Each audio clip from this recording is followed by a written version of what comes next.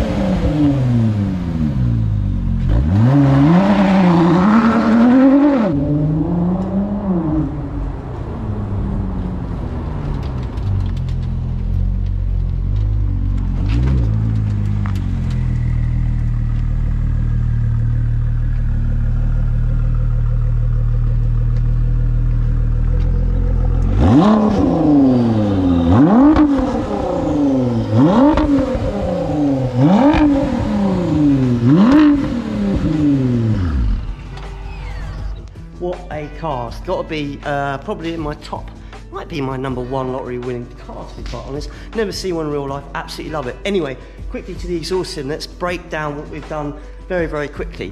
If you bought it from the factory, it comes with a very hefty, heavy stainless steel system. Weighs a lot and has a much more muffled sound. If you wanted to upgrade, you'd go for the Ford's own sports system. This is full titanium. I can lift this up with one hand, I can't do it with that.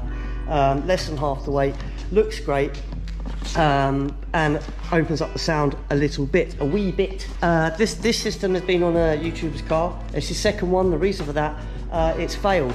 This car's done about 4,000 to 6,000 miles already in its life, which is quite a lot.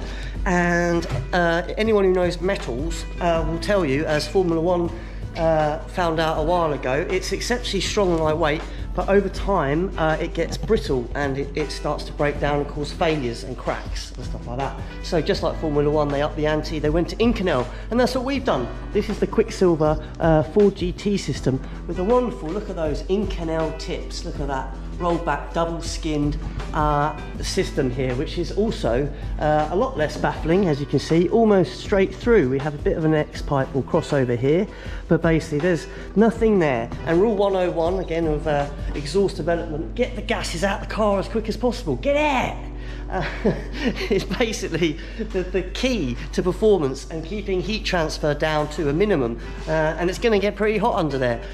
This has also a ceramic coating, which is our answer to this kind of space age, but also pretty industrial looking heat cladding. As you can see, it's not there, it's not particularly scientific, it doesn't cover the sides, it has to have banding. This is a much more smooth, clean process.